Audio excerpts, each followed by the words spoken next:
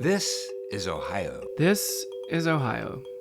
Stories of the quietly heroic. Doug, who are some of your heroes? Well, that's a good question. It used to be people who did big things. I mean, not super big things, but big things in the way I think of them. William Blake and his finely crafted book. George Washington and his quiet but firm dignity. But I'm reconsidering. I'm starting to think about people who go slower, who do less. How about you? My heroes. Miss Mary Ruth Holiday used to sit in a rocking chair and tell me ghost stories when I was a kid. Ooh.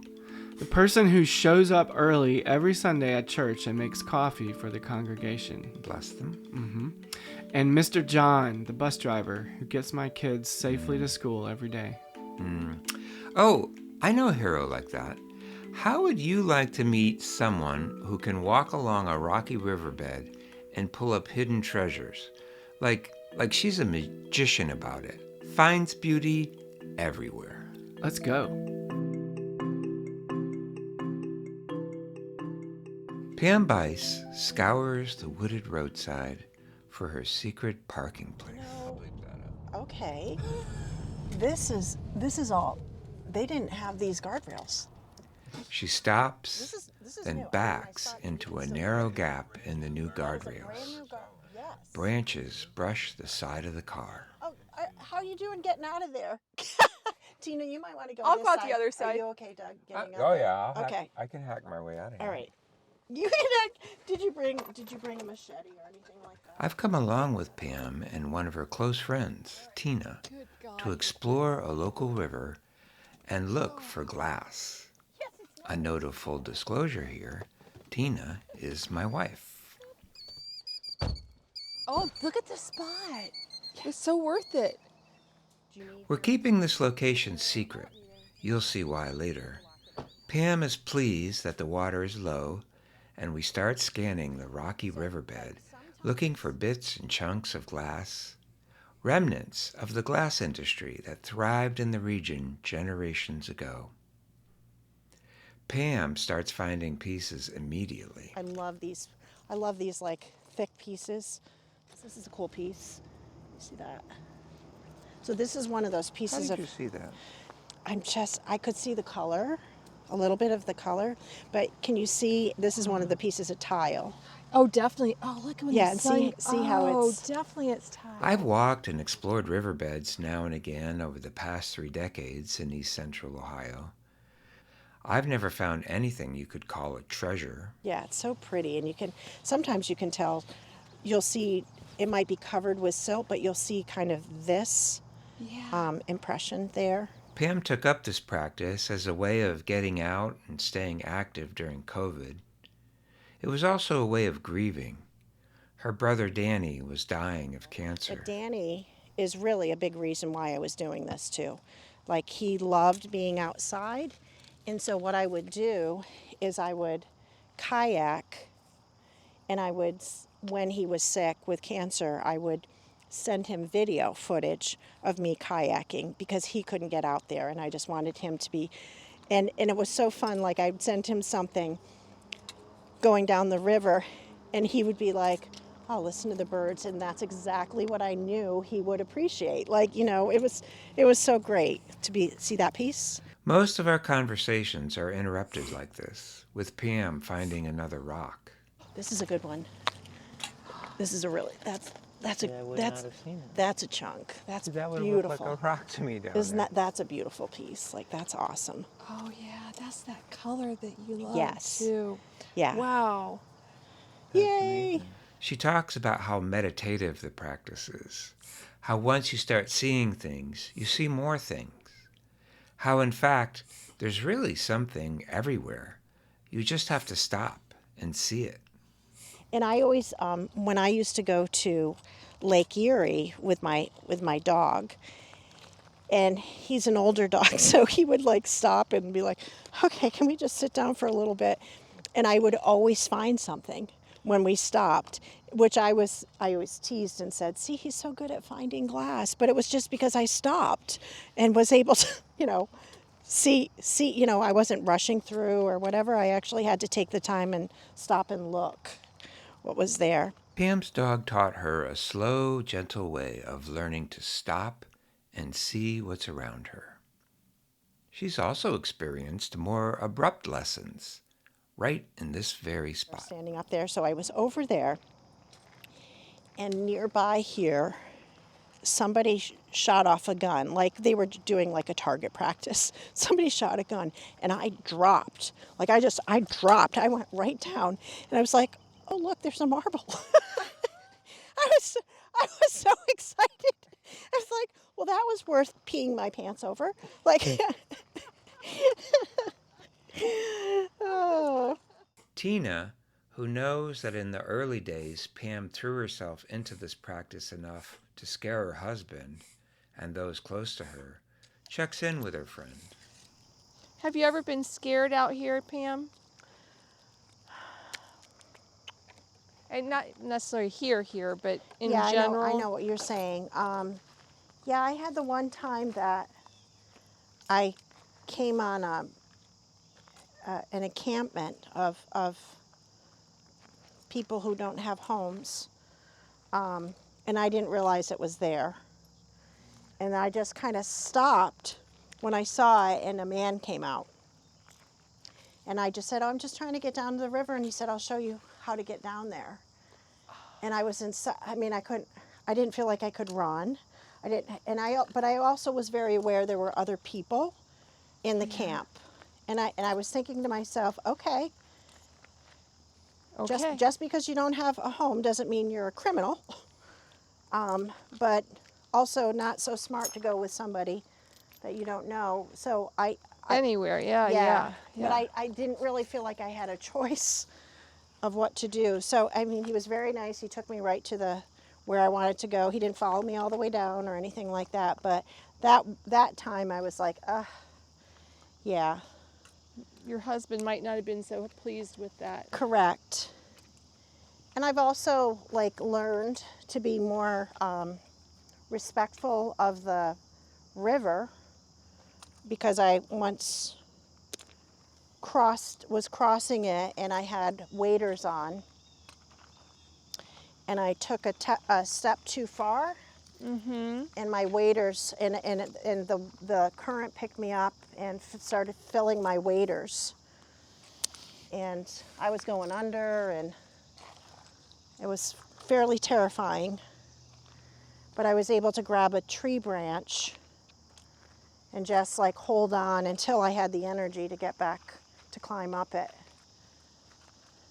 I think for me it was so important for me to get out here for so long. I don't feel that as much as I did when Danny was sick and after he died. I had to do this. There was just no question. I couldn't. I mean, I pulled away from my friends. I pulled away from my family. I just went into it was just this deep grief. And so I had to do that, and I honestly didn't even care about the safety aspect, because it just was, I just needed to do this. So now I don't feel that quite as much, and I don't take chances as much.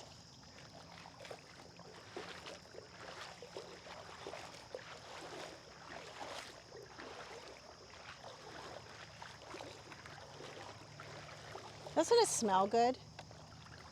It smells almost like nothing. Isn't that great? It's just, but I can smell the water. You can smell the water. I can, and I love the smell of it. Even sometimes when I'm cleaning out, I'll take the stuff out of the bag and I can just smell it, and it just makes me so happy. Oh, it does smell good.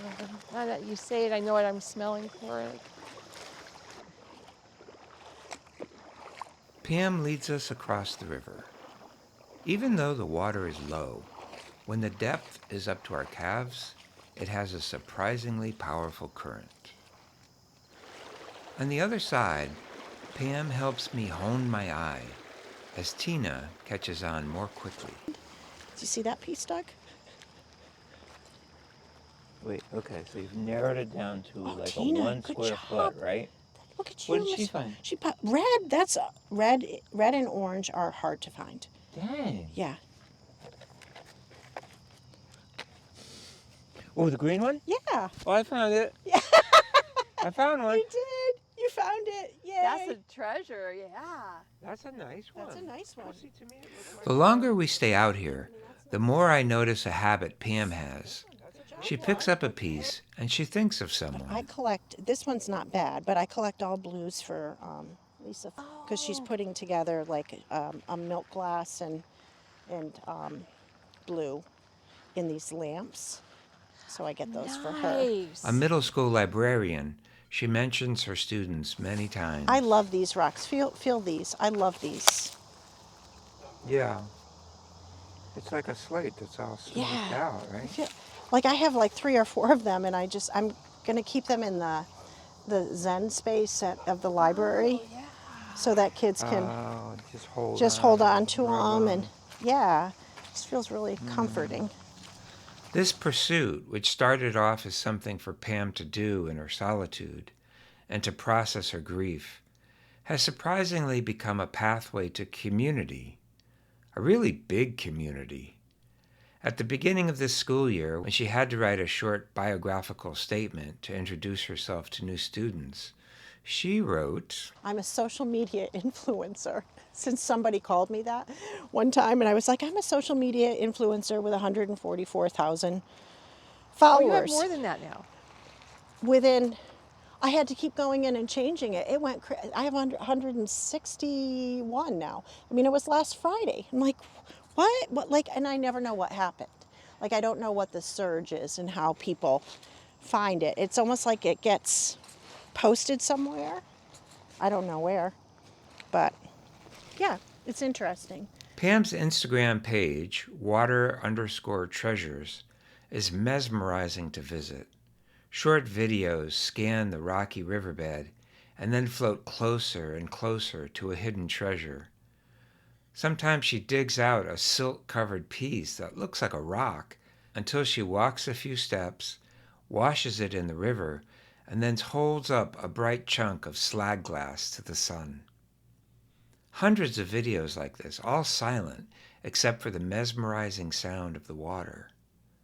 She gets a lot of supportive comments from all around the world, but not everyone is a believer. So I've also seen people on your followers who are like, "Oh, she planted that there." Oh, I get a lot of that. I get a lot of that, which, usually I just like delete them or, oh, that's cool. That's cool looking. That's part of you can see that's just part of Wow. yeah. That one's cool. I wouldn't have seen that in a million years. You would after a while, you would. That proves the point. What yeah. do you think is up with those people? You know what?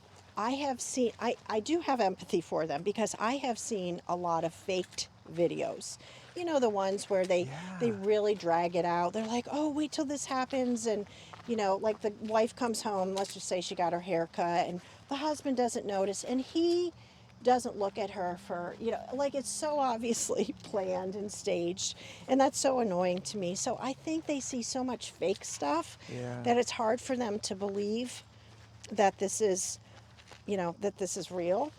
And I get it, except just do your homework. That's a cool piece. Really? Yeah. I thought I picked up like a metal gasket You or something. did. You did. But I love that stuff. Like, I love making stuff. There's a woman who makes pictures using stuff like this. A metal. I actually bought one of her stuff. Oh, look at that. Oh, yeah. Look at that one. See? Look. See that one, Doug? Because I made you stop for my metal See? gasket? Because you made me What'd stop. you find? It's... Well, that's what I wanted to find. What Pam does is real. She has scores of 2-gallon jars full of glass spread around her school library.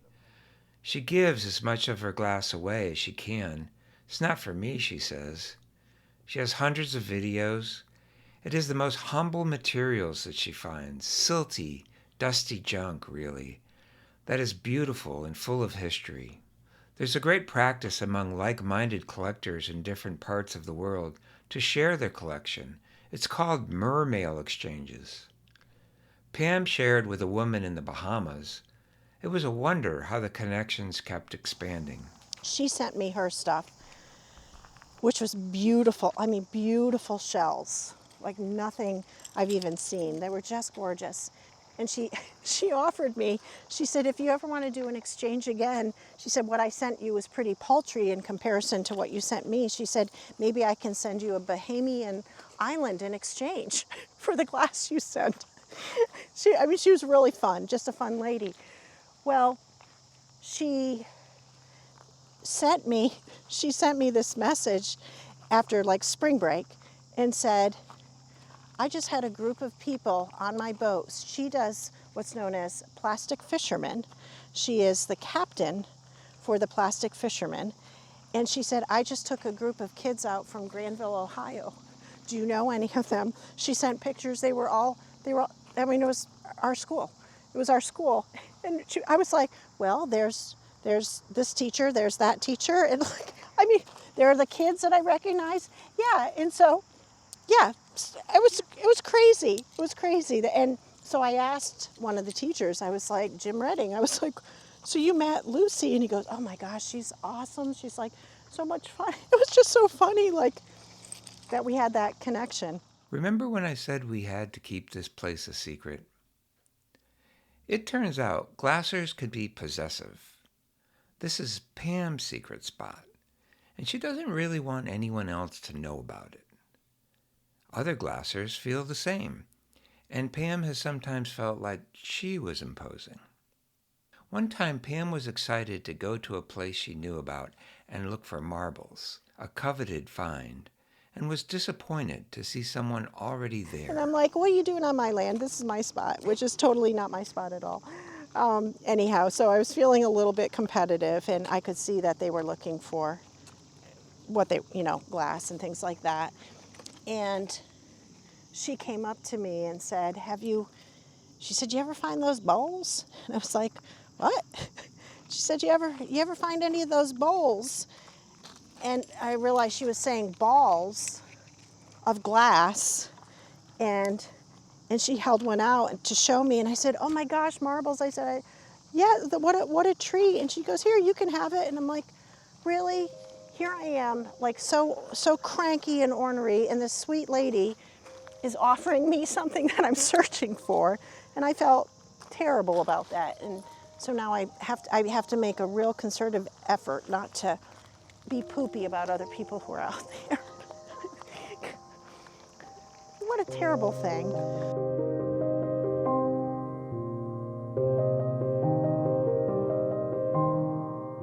Still, this spot she only shared with Tina and me. Okay, so you both can feel really good about the pieces you found. Really? Because I do feel good about what. You did. You found red. Yeah. You found blue too, didn't you? I know Doug found blue. Doug found blue. And then you found the A.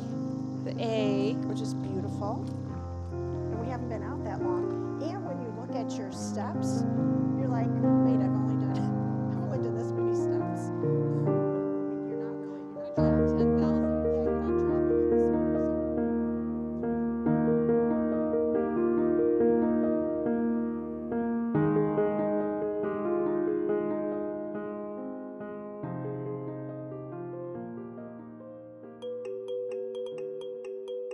this This story was produced by Jack Schuler and Doug Swift. And mixed by Doug Swift. Music for This Is Ohio by Matt Jackford. Funding for This Is Ohio provided by the Denison University Research Foundation. For a multimedia version of this story with amazing pictures of these hidden treasures and all our stories, you can go to our website. ThisIsOhioPodcast.org. Or you can go through the mothership, TheReportingProject.org. You can also find this and all our stories on Spotify, SoundCloud, iTunes, or wherever you get your podcasts. See you next time. See you next time. See you next time, Doug. See ya, Jack.